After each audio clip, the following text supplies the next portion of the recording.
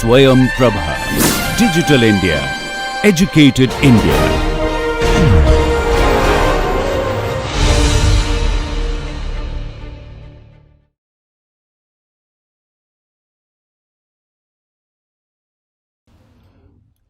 So here is a question, right? Input G,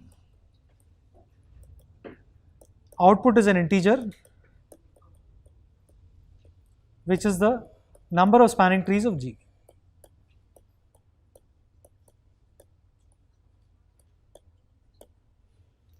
Right? Again, I am not going to do this. This is a theorem called the Kirchhoff's theorem.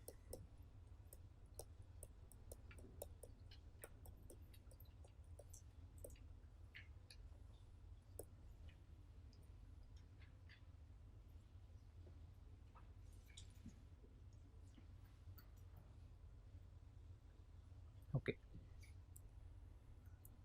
So the next theme that I want to kind of, which is like a puzzle, is forbidden subgraphs.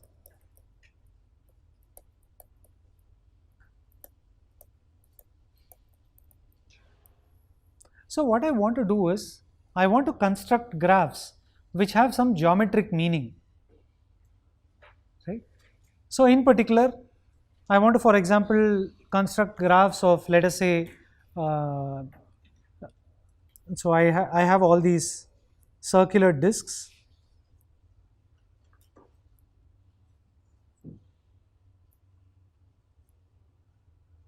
right, and so on, right?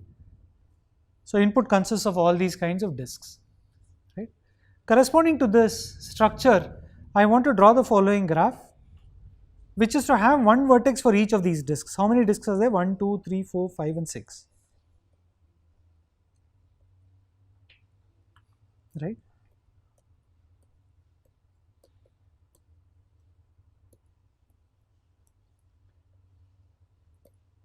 Right. So 1 and 2 are adjacent because they have a non-empty intersection.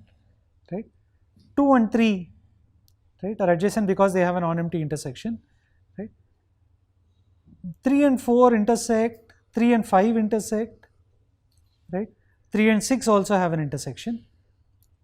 Right. And so on. Right. So 4 and 5 also intersect. Right. And 6 and 5 intersect. I think I've got all the intersections via adjacencies, right? Fine. So in a sense, this graph has some geometric meaning, right? So now the question is the following: is every graph the intersection graph of disks like this? Or are there graphs which are not intersections of disks of this form?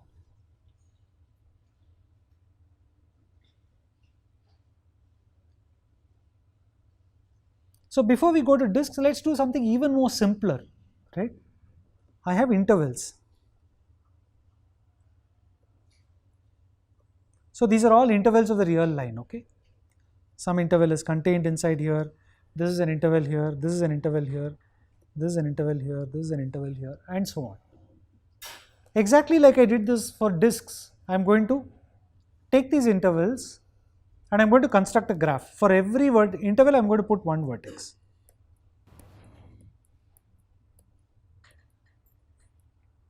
Right? And put an edge if two intervals have a non-empty intersection. Right? Okay. So now here is a question. For these intervals, are there graphs which are forbidden? Meaning that you can immediately see that a certain graph cannot be expressed as the intersections of intervals. Oh, that won't be, no. This is very easy. I just put an edge. If the two intervals are intersecting like this, that's also an edge.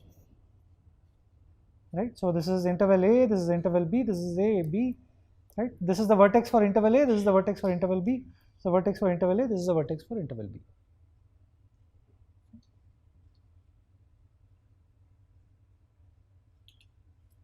Okay, so let me give you example graphs, right? Take this graph. Can you give me intervals, right, whose intersection gives me this graph.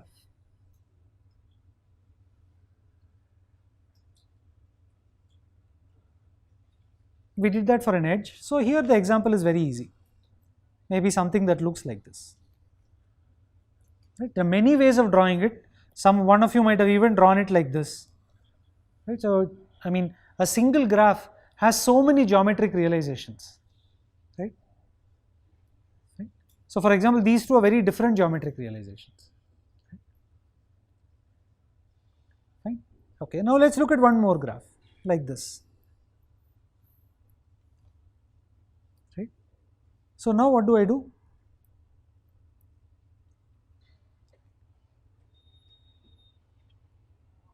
So I must give intervals to all these guys, right? A, B, C and D. Right? So what will I do? I'll basically make an interval B like this. Right? I'll make C contained here, and then D will be like this, right? And then I will make A adjacent to B and C. As you can see, I have ensured that A and D are not adjacent, right? But everybody else is kind of adjacent, right? So do you think for every graph this is possible? Remember, this is time, right? It's always strictly increasing in one direction. That's a hint. Here is it. That's very easy. It's exactly like this. Let's try this guy.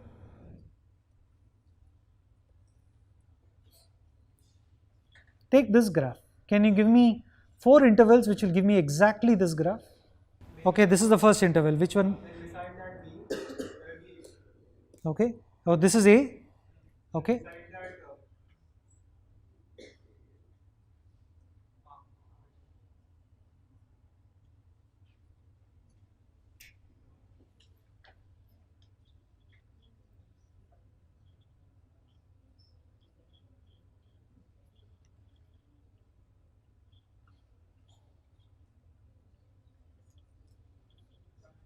You can't, right?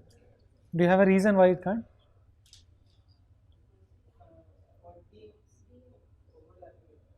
Yeah, so it sounds like, so you try this, right? If somebody claims he has, you start this.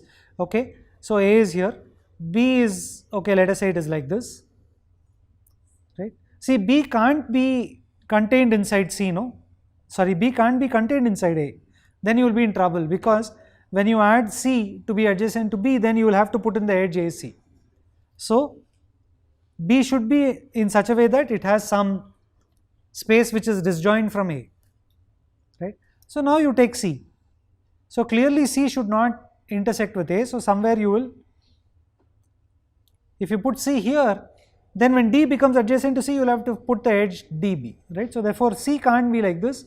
It can't be contained inside the interval for B, right? It has to like go out like this. Fine. Okay.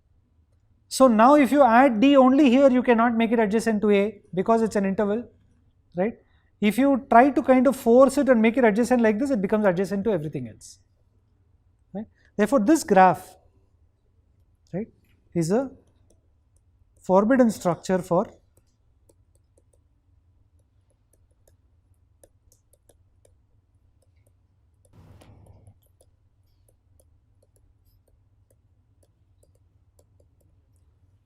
interval graphs. Right? So that's why I said, I mean, time. I mean, if you start drawing this, you will kind of observe that these are actually behaving like time. Every interval has a right endpoint which is larger than the right endpoint of the previous interval, right? And then if you try to make it adjacent somewhere to the first interval, then you will make all kinds of adjacencies. But if I ask you to put this adjacency, then it is easy, right? That's what we had done first. Fine. But if you remove that single edge, that is, if you remove this, right, this is hard. If you put any one, then we did create it. So this guy is one. Right? Okay. Okay. The story doesn't end there. Is this all, or can you come up with one more? For example, take a look at this guy.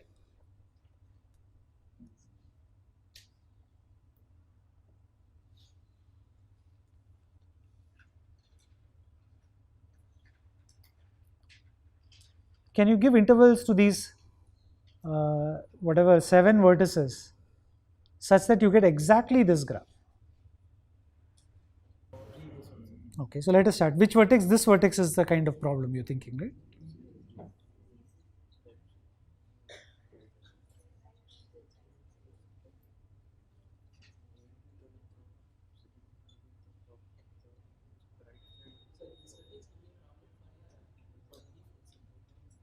Yeah. So let us see, right? So let us draw this guy.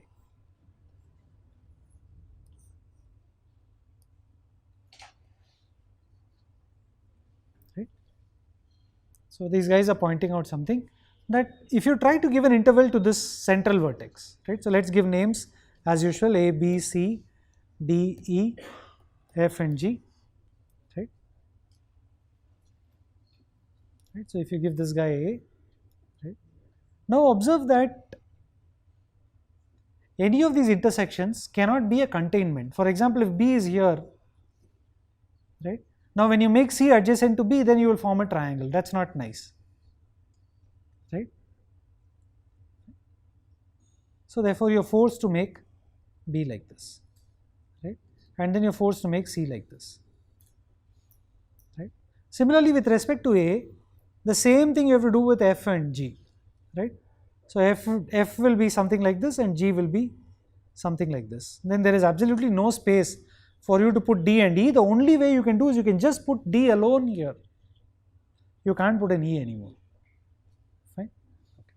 So this world of forbidden structures is very, very interesting, right? So if you go around, there is this whole subject called discrete geometry, right? And one of the ways of studying this is to construct these graphs which capture the intersection. Fine. And you can study this, and most probably when Professor Sunil Chandran comes and gives a talk, he will talk about these graphs, right? But there is a puzzle, there is a programming exercise that I can give you here. Right? So you have classes, right? Or rather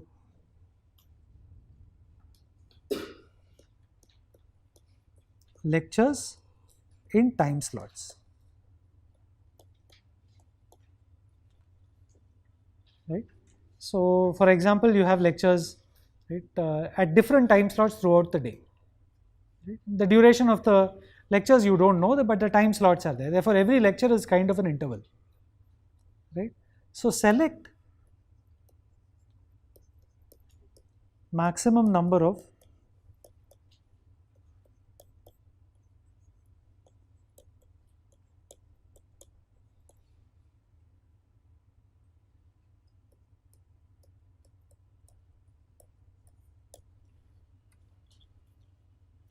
So what I have done is I have already given you one application to think of these interval graphs.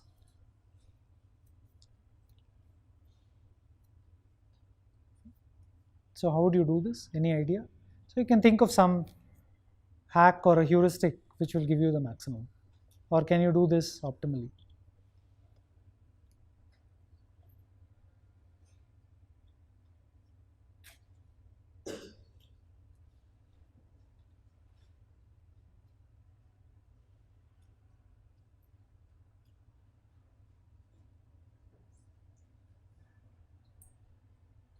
Do you want to say something? Huh? It says maximum matching or something else? Why is it matching?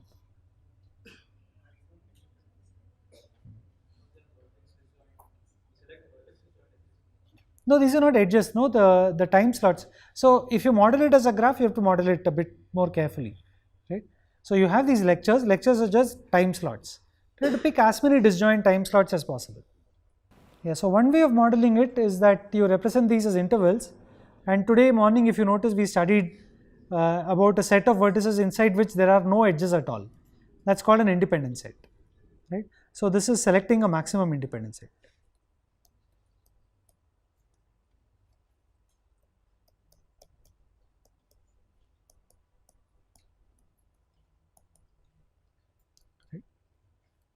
Okay, my interest is not to give you a solution. All that I am telling you is that, I mean, you look at these interval graphs or geometric graphs, right?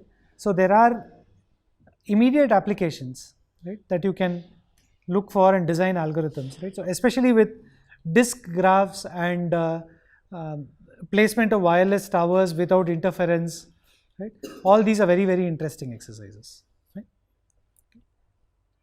So let me ask you about one more forbidden structure, right, and then we'll stop with that.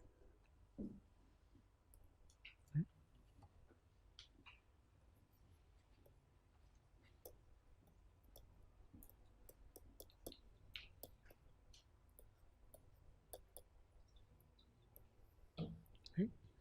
So how many of you have seen planar embeddings or planar graphs? You've seen planar graphs? No? Okay, so these are graphs that can be drawn on the plane without edges crossing except at their endpoints. Right? So for example, let's look at this graph. It's already a planar graph, the way I drew it. Right? Okay. This is also a planar graph, the way I've drawn it. Right? It's drawn on the plane. Right? No edges cross.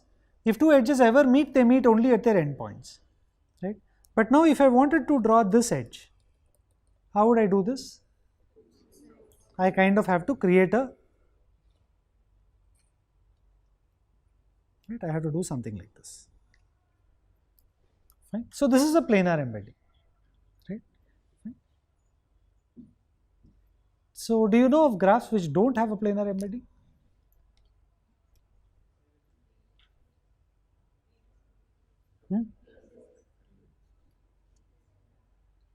Okay, Peterson graph doesn't have a planar embedding. Okay, and why doesn't it have a planar embedding?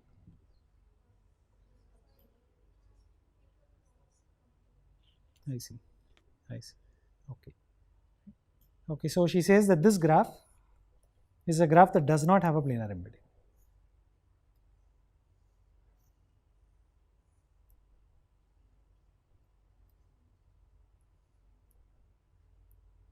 I'm correct, no? This is the graph, right? Right? Is there any specific reason, right, why this graph does not have a planar embedding? You know, in a sense, what would be the smallest graph which doesn't have a planar embedding? Is this the smallest graph? I mean, is this the one with the least number of vertices, or is there something smaller? Yeah, complete graph with 5 vertices, right? So then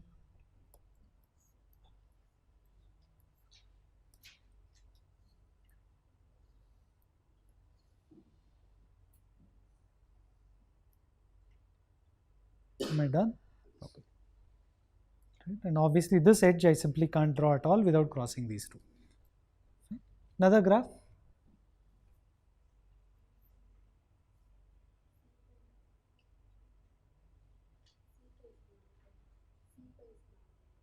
C5 is planar. The way you draw it itself is planar.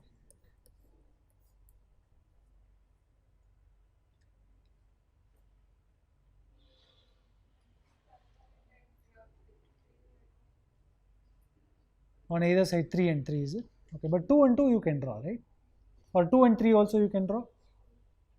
Yeah, so for example, if you look at the complete bipartite graph,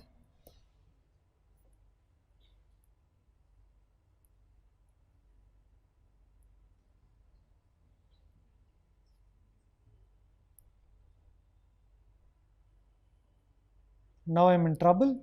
I simply can't draw this edge, right? Okay. So this has 6 vertices and this has 10 vertices, right? And both of them look very different, right? But the Peterson graph, does it, I mean, does it contain any of these two structures inside it?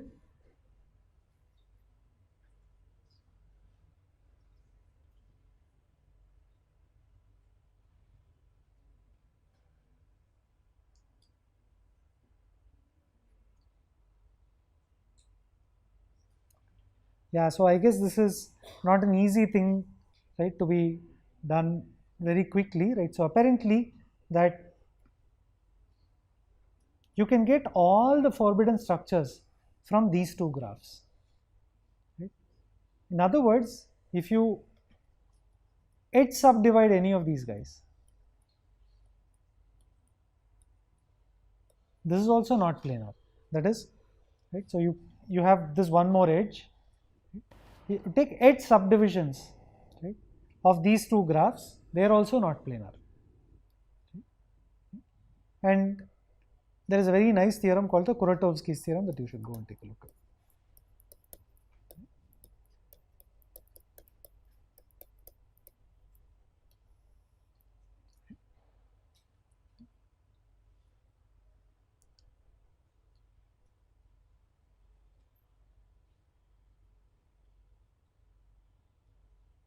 So we started off with coloring. So let me just show you one very interesting.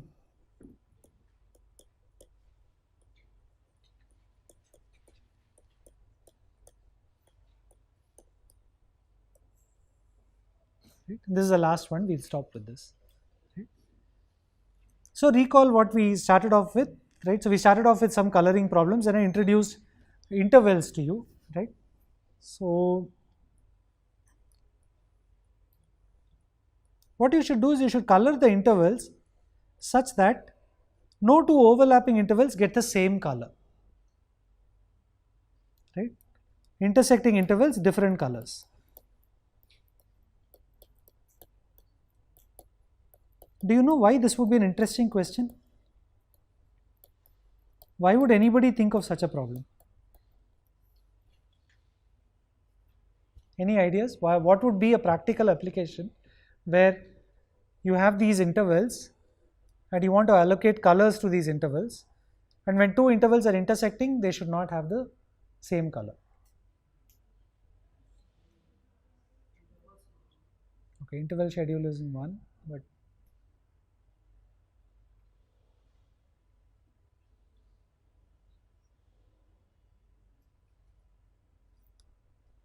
so I'm sure if you study your compilers, right, subsequently, or if you've already studied it, a very popular problem called register allocation.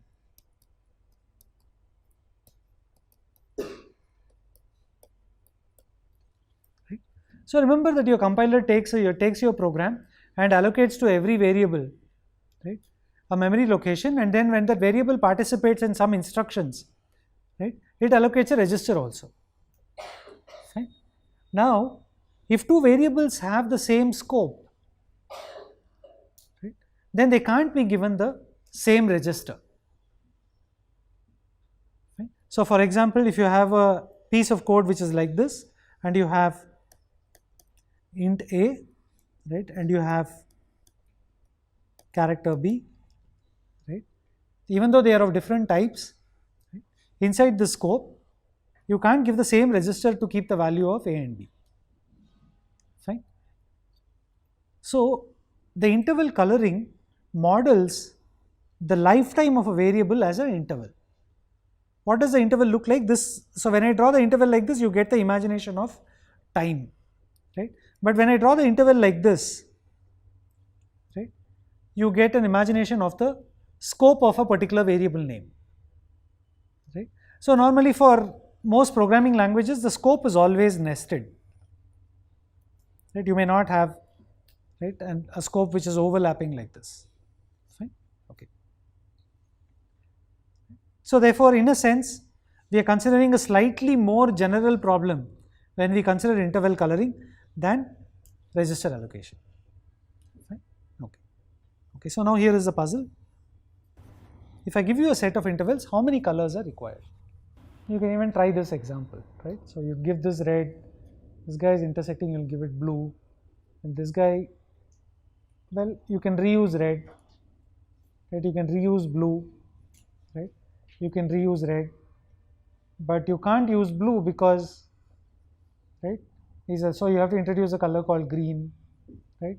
Now this one you can probably give blue or green, but I'll just give blue, right? I can give red again, and I give green, right? So my question to you is, how many colors are required? Maximum overlapping set. That's correct, right? So what he basically says is, look at all the time instances. Look at that time instant which is present to the maximum number of intervals, right? And that many colors is necessary, right? So it is at least, right, max over all time instances, right, I such that t is an I.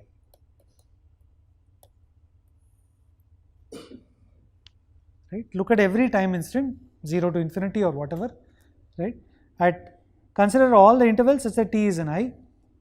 That many colors you need definitely because they all overlap. So it's at least, but why is it equal? Because you said equal, right? Okay, I'll stop by leaving it as an exercise. It's very easy. I mean, if you got this far, that's also very easy. Order intervals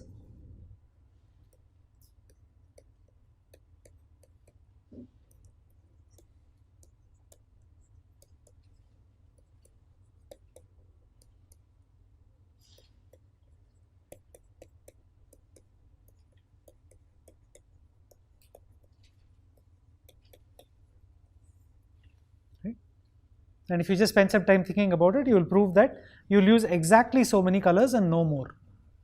So the algorithm is very simple, or it's a constructive proof. You can convert it into a program. Linearly order all the intervals. Right? How do you linearly order them? You sort them according to their left endpoint and arrange them one after the other. Right? So whenever you consider an interval, all the intervals which started before it have already been given colors. Right? Only this guy you must color. You just color it greedily. Meaning what? If you can reuse any color which you have already used, use it without violating the coloring property. Right? And this is one of a special class of combinatorial structures where coloring works very efficiently. In general, it's not known to be efficiently solvable. Okay. So with this I will stop. So let me just summarize. Right? We studied coloring, right? And we studied forbidden structures. Right? So for example, one of the things I wanted to do was I wanted to write a small proof that planar graphs are, they are 4 colorable. Right? It's a very popular result, right? But planar graphs of 5 colorable is very easily provable. I want to do that, but I think you can fix it by yourself. Right? If you just study it a little bit, there's a formula called the Euler's formula for planar graphs. Apply the Euler's formula, you can argue that planar graphs are 5 colorable.